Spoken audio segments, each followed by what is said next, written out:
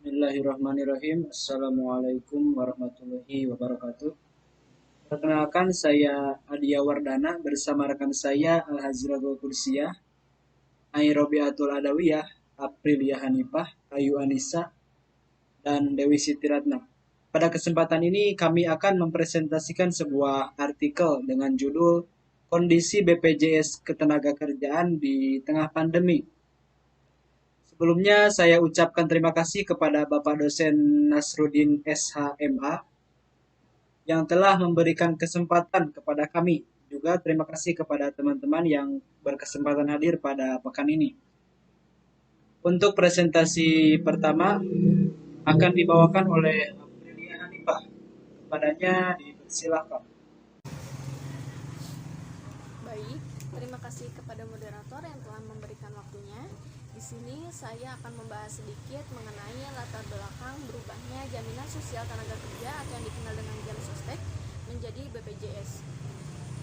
Asuransi merupakan lembaga ekonomi yang berfungsi sebagai salah satu bentuk penanggulangan resiko dan merupakan salah satu cara modern serta efektif untuk menanggulangi resiko diri pribadi. Asuransi pada zaman sekarang ini sudah mengalami perkembangan yang cukup pesat. Hal tersebut dapat dibuktikan dengan semakin berkembangnya jumlah perusahaan asuransi. Tentu asuransi memiliki peran sentral yang sudah dirasakan manfaatnya sampai sekarang ini. Fungsi utamanya pun yaitu memberikan perlindungan terhadap terjadinya suatu peristiwa yang tidak terduga yang dapat merugikan. Peran serta tenaga kerja dalam pembangunan nasional meningkat dengan disertai berbagai tantangan resiko yang harus dihadapinya. Oleh karena itu, kepada tenaga kerja perlu adanya perlindungan, pemeliharaan, dan peningkatan kesejahteraan sehingga pada gilirannya akan dapat meningkatkan produktivitas nasional. Penyelenggaraan program ini merupakan salah satu tanggung jawab dan kewajiban negara dalam memberikan perlindungan sosial ekonomi kepada masyarakatnya. Namun, hal ini juga harus disesuaikan dengan kondisi kemampuan keuangan negara. Seperti halnya berbagai negara berkembang lainnya, Indonesia mengembangkan program jaminan sosial berdasarkan Funded Social Security, yaitu jaminan sosial yang didanai oleh peserta dan masih terbatas pada masyarakat pekerja di sektor formal. Badan Penyelenggara Jaminan Sosial Ketenagakerjaan atau BPJS Ketenagakerjaan merupakan hasil transformasi dari PT Jaminan Sosial Tenaga Kerja atau yang dikenal Jamsostek. Perubahan entitas ini dilakukan pada tahun 2014 yang lalu mengacu pada Undang-Undang Nomor 24 tahun 2011 tentang BPJS. Pada saat itu, pemerintah dan DPR berdiskusi untuk membuat perubahan pada struktur, bentuk badan hukum, program yang diselenggarakan, serta asas-asas yang mendasari pelaksanaan program BPJS.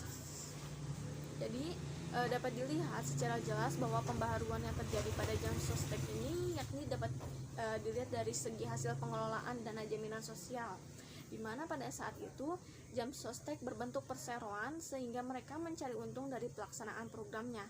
Sedangkan pelaksanaan BPJS Ketenagakerjaan sendiri benar-benar untuk melayani masyarakat. Selain itu, dari segi program, layanan, badan hukum, serta cakupan kepesertaannya pun berbeda antara program Jamsostek dan BPJS Ketenagakerjaan, sehingga menggambarkan bahwa BPJS itu jauh lebih kuat dan lebih luas dibandingkan Jamsostek. Bagi para pekerja, instansi ini tentu tidak asing. BPJS Ketenagakerjaan adalah lembaga negara yang menghimpun iuran dari para pekerja untuk kemudian dikelola sebagai jaminan kecelakaan kerja, jaminan kematian, jaminan hari tua, hingga jaminan pensiun.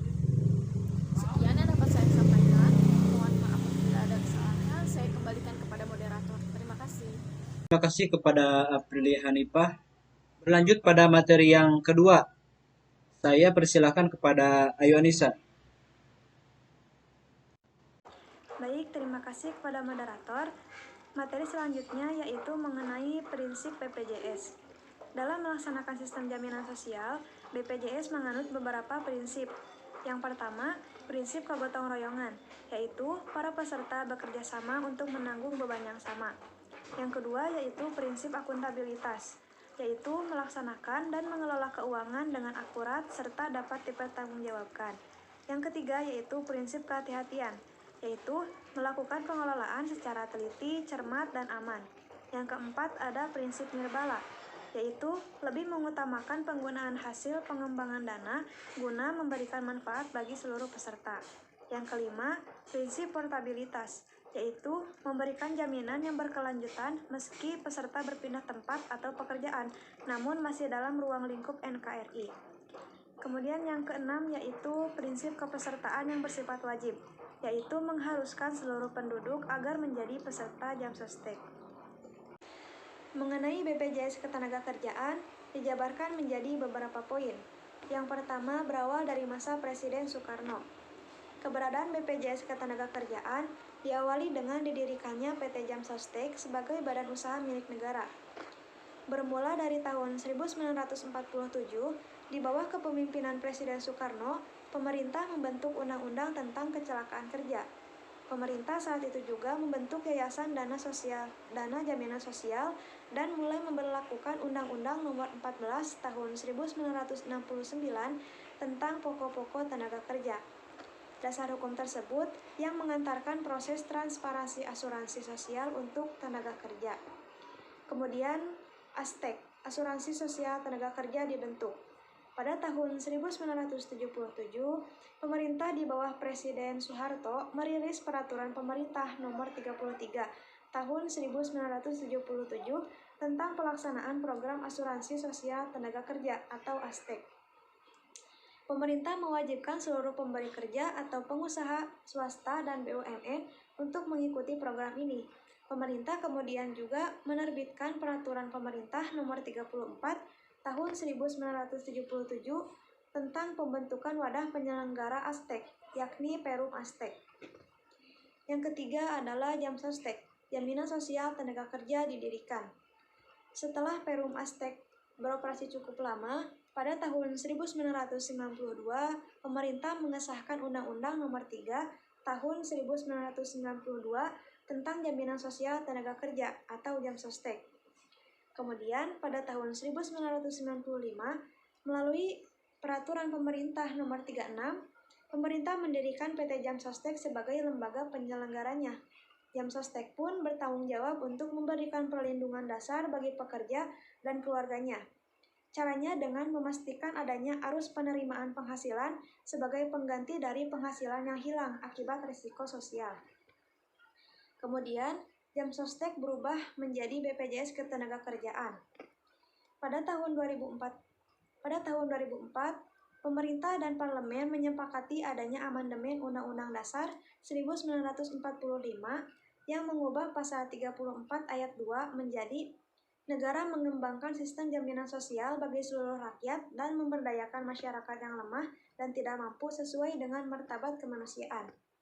Pada tahun yang sama, pemerintah juga menerbitkan Undang-Undang Nomor 40 Tahun 2004 tentang Jaminan Sosial Nasional. Lalu pada tahun 2011, Undang-Undang Nomor 24 Tahun 2011 tentang Badan Penyelenggaraan Jaminan Sosial diterbitkan. Badan ini menjadi dasar dari perubahan PT Jamsostek menjadi Badan Hukum Publik. PT Jamsostek resmi berubah menjadi BPJS Ketenagakerjaan. Bila Jamsostek berwujud BUMN, maka BPJS Ketenagakerjaan merupakan badan hukum publik yang bertanggung jawab terhadap Presiden. Baik, terima kasih kepada Ayu Anissa. Selanjutnya materi yang ketiga akan disampaikan oleh Dewi Siti Ratna. Kepadanya dipersilahkan. Bismillahirrahmanirrahim. Sebelumnya terima kasih kepada moderator. Perkenalkan, nama saya Dewi Siti Ratna dengan nomor NIM 12030200044 akan memaparkan materi selanjutnya, yaitu materi yang ketiga tentang perbedaan jaminan sosial tenaga kerja atau dulu disebut dengan Jamsostek dengan BPJS Ketenagakerjaan. Jadi dapat dilihat dari Undang-Undang Nomor 24 Tahun 2011 tentang BPJS PT Jam Sostek berubah menjadi BPJS Ketenagakerjaan, yaitu pada tanggal 1 Januari 2014, yang awalnya Jaminan Sosial Tenaga Kerja atau yang disebut dengan Jam Sostek menjadi BPJS Ketenagakerjaan. Lalu apa sih yang membedakan antara Jam Sostek dengan BPJS? Bukan dari hanya namanya saja, namun melingkup beberapa hal lainnya. Itu ada 4 hal, yaitu dari program, jaminan kesehatan, santunan, dan penerima atau peserta. Yang pertama dari programnya. Kalau untuk BPJS Ketenagakerjaan memiliki 4 program, yaitu jaminan hari tua, jaminan kecelakaan kerja, jaminan kematian, dan jaminan pensiun. Sedangkan dalam Jam Sostek dulu hanya memiliki 3 program saja, yaitu jaminan hari tua, jaminan kecelakaan, dan jaminan kematian. Jadi dapat dilihat kalau di dalam BPJS Ketenagakerjaan itu lebih lengkap. Bedanya kalau di kalau dalam Jam Sostek itu tidak mencakup jaminan pensiun. Nah, yang kedua yaitu jaminan kesehatan. Pemegang Jam Sostek dapat menerima fasilitas berobat beserta anggota keluarganya. Namun, setelah berganti menjadi BPJS Ketenagakerjaan, pemerintah mengganti dengan 2 program yang baru, yaitu BPJS Ketenagakerjaan yang program penyediaan dasarnya untuk menjamin masa depan sebagai seorang pekerja, dan BPJS khusus untuk kesehatan, jadi dipisahkan. Sedangkan yang ketiga ada santunan. Santunannya itu BPJS Ketenagakerjaan memberi lebih banyak santunan jika dibandingkan dengan Jam Sostek. Contohnya, biaya pemulangan jenazah yang pada awalnya 750.000 sekarang menjadi 2 juta sampai 2,5 juta. Hal ini membuktikan bahwa BPJS Ketenagakerjaan lebih banyak memberikan santunan. Dan yang terakhir adalah penerima atau peserta. Peserta yang mengikuti program BPJS Ketenagakerjaan lebih luas dari Jam Sostek. Jika pada awalnya yang menerima Jam Sostek hanya pekerja formal yang mendapatkannya, maka BPJS Ketenagakerjaan mewajibkan seluruh pekerja baik dalam sektor formal ataupun informal untuk mengikuti program BPJS ini. BPJS Ketenagakerjaan diwajibkan oleh pemerintah. Jika terdapat perusahaan yang tidak mengikuti program ini, maka dapat melaporkan kepada Dinas Ketenagakerjaan atau BPJS Ketenagakerjaan terdekat. Jadi dapat disimpulkan dari keseluruhan bahwa tentu terdapat beberapa berubah yang sangat pesat seiring dengan berjalannya waktu. Perubahan ini mengaruh kepada perkembangan yang lebih baik dan tentunya untuk kesejahteraan masyarakat Indonesia. Terima kasih. Sebelumnya saya kembali kepada moderator. Baik, terima kasih kepada Dewi Siti Ratna. Selanjutnya materi yang keempat akan disampaikan oleh Al-Haziratul Qudsiyah. Kepadanya dipersilahkan. Kondisi BPJS Ketenagakerjaan di tengah pandemi COVID-19. Mengingat saat ini kita tengah berada di masa pandemi serta di tengah ganasnya penyebaran virus COVID-19, tentu saat ini program layaknya asuransi sangat diandalkan oleh masyarakat banyak sebagai motif berjaga-jaga dalam memenuhi keberlangsungan hidup bagi banyaknya kalangan. Bukan hanya untuk memenuhi kebutuhan makan, namun juga untuk kebutuhan kesehatan guna terhindar dari berbagai macam jeratan penyakit serta melindungi diri agar hidup tetap sehat. Oleh karena itu, saat ini Presiden dan pemerintah telah melakukan pencanangan pada program-program berbau sosial guna mengatasi buntut dari pandemi COVID-19. Program tersebut antara lain seperti bantuan paket sembako, bantuan tunai 600.000 bagi korban terdampak COVID yang belum terdaftar pada DTKS atau Data Terpadu Kesejahteraan Sosial, bantuan langsung tunai atau BLT, bantuan pemberian listrik gratis bagi yang terdampak COVID, bantuan prakerja bagi pekerja yang terkena PHK dan pengangguran, bantuan subsidi gaji karyawan swasta yang terdaftar di Badan Penyelenggara Jaminan Sosial atau BPJS Ketenagakerjaan, serta bantuan BLT bagi usaha mikro kecil. BPJS ini dapat dikatakan sama layaknya asuransi jika dilihat dari segi fungsi dan tujuannya yang sama-sama memberikan manfaat perlindungan bagi para pesertanya. Namun, pada dasarnya yang membedakan antara asuransi dan BPJS yaitu dari segi pemberian dan pengelola, di mana BPJS adalah jaminan yang diberikan pemerintah untuk membantu masyarakat, sedangkan asuransi adalah jaminan yang dikelola oleh perusahaan swasta. BPJS sebagai penjamin sosial masyarakat tentu banyak memberikan manfaat bagi masyarakat di negara Indonesia. Manfaat tersebut bisa didapatkan dari BPJS yang berasal dari ruang lingkup kesehatan maupun dari ruang lingkup ketenagakerjaan.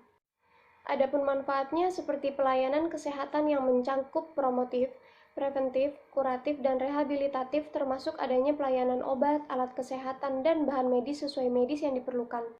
Kemudian pemberian santunan upah saat tidak bekerja, bantuan beasiswa untuk 2 orang anak dari peserta yang meninggal atau cacat, dan juga pemberian santunan kematian akibat kecelakaan. Sehingga dengan kata lain, bantuan yang diberikan BPJS Ketenagakerjaan ini merupakan bukti nyata bahwa negara telah hadir dan turut andil dalam memberikan kepastian perlindungan atas risiko sosial dan ekonomi bagi seluruh rakyat Indonesia. Kemudian, selama masa pandemi, pengelolaan dana investasi mendapatkan tantangan yang cukup berat, mengingat dampak pandemi COVID-19 dirasakan oleh seluruh bidang usaha di dalam negeri. Efek yang paling signifikan dialami oleh para karyawan adalah adanya pemutusan hubungan kerja atau PHK. Berdasarkan data Kementerian Ketenagakerjaan per 7 April 2020, adanya dampak pandemi ini bagi sektor formal terkena PHK tercatat sebanyak 22.753 perusahaan dengan total pekerja yang terdampak adalah 137.489 orang. Sedangkan bagi sektor informal tercatat sebanyak 34.453 perusahaan terkena PHK dan sebanyak 1.890.452 pekerjanya yang terdampak PHK. Dikarenakan banyak sektor ekonomi yang jatuh berguling, menyebabkan perusahaan harus melakukan PHK pada beberapa karyawan. Baik, terima kasih kepada Al-Haziratul Qudsiyah. Selanjutnya materi yang kelima, yaitu materi yang terakhir, akan disampaikan oleh Ai Robiatul Adawiyah. Kepadanya dipersilahkan. Terima kasih kepada moderator. Di sini saya akan memaparkan materi lanjutan dari Al-Haziratul Qudsiyah. Kasus PHK di tengah pandemi ini mengalami lonjakan. Akibatnya, pengajuan klaim Badan Penyelenggaraan Jaminan Sosial (BPJS) atau BPJS Jam Sostek juga diperkirakan akan naik. Namun, meskipun begitu, dampak pandemi ini menyebabkan penurunan peserta yang terdaftar di BPJS Ketenagakerjaan, khususnya pada tahun 2020 ini, tahun di mana banyak sektor yang berguling dan saling memperkuat bertahan diri. Penurunan peserta ini disebabkan karena adanya perusahaan-perusahaan yang mengalami dampak pandemi akibat adanya virus COVID-19 ini. Pada mulanya, jumlah BPJS Ketenagakerjaan tercatat pada evaluasi program Kemenker dan BPJS Kesehatan dengan Komisi 9 DPR RI adalah sebanyak 54,450 jumlah orang yang mengikuti BPJS Ketenagakerjaan. Kemudian mengalami kemerosotan jumlah peserta menjadi 51,759,57 orang. BPJS mesti lebih terdorong dalam meningkatkan kepesertaan serta pelayanan di masa pandemi ini, sebagaimana sesuai dengan implementasi Inpres nomor 2 tahun 2021. Untuk itu terdapat pemberian relaksasi iuran BPJS Ketenagakerjaan sebagai adanya kebijakan di masa pandemi ini untuk memulihkan kembali sektor ekonomi. Karena untuk mencapai tujuan pemenuhan ekonomi, salah satunya adalah dengan mengambil kebijakan untuk memperkuat ekonomi melalui kekuatan tenaga kerja dan modal. Pemerintah memberikan relaksasi kebijakan pada pekerja, yaitu keringanan iuran untuk menunda pembayaran iuran jaminan sosial tenaga kerja. Hal ini dilakukan untuk mengingat adanya kondisi iklim usaha yang masih belum baik. Adanya tujuan relaksasi ini adalah sebagai meringankan beban pemberi kerja, menjaga kesinambungan program jaminan sosial ketenagakerjaan, mendukung upaya pemulihan perekonomian bangsa, dan mengedepankan perlindungan hak jaminan sosial ketenagakerjaan bagi peserta relaksasi iuran ketenagakerjaan yang merupakan penyesuaian program jaminan sosial selama adanya penyebaran virus COVID-19 ini. Sekian dari saya kembalikan lagi kepada moderator. Terima kasih. Baik, terima kasih kepada Ai Robiatul Adawiyah. Sekian materi dari kelompok kami. Dapat disimpulkan penyelenggaraan, pemeliharaan, dan peningkatan kesejahteraan merupakan salah satu tanggung jawab dan kewajiban negara, untuk memberikan perlindungan sosial ekonomi kepada masyarakat. Program perlindungan tenaga kerja di Indonesia telah dimulai sejak lama, yang sekarang lebih dikenal sebagai BPJS Ketenagakerjaan. Ketenagakerjaan memiliki 4 program, yakni jaminan kecelakaan kerja, jaminan kematian, jaminan hari tua, dan jaminan pensiun. Lalu besaran iuran dan santunan dari BPJS Ketenagakerjaan sendiri pun berbeda dengan Jamsostek, yang mana BPJS Ketenagakerjaan lebih banyak memberikan santunan dibandingkan Jamsostek itu sendiri. Mengingat saat ini kita berada di tengah pandemi, tentunya hal ini berdampak pada lemahnya roda perekonomian nasional, sehingga timbullah tekanan karena banyaknya para pekerja yang terkena PHK serta para karyawan yang terpaksa dirumahkan. Namun di saat berlangsungnya pandemi ini justru iuran BPJS mengalami kenaikan yang cukup signifikan. Terbatasnya anggaran menjadi kendala pada keberlangsungan BPJS. Hal ini tentu menjadi PR penting bagi Badan Penyelenggara Jaminan Sosial untuk terus meningkatkan kepesertaan dan pelayanan serta kebergunaan fungsi, peran, tanggung jawabnya bagi bangsa dan negara. Saya Adia Wardana pamit undur diri, mohon maaf jika ada kesalahan. Terima kasih. Wassalamualaikum warahmatullahi wabarakatuh.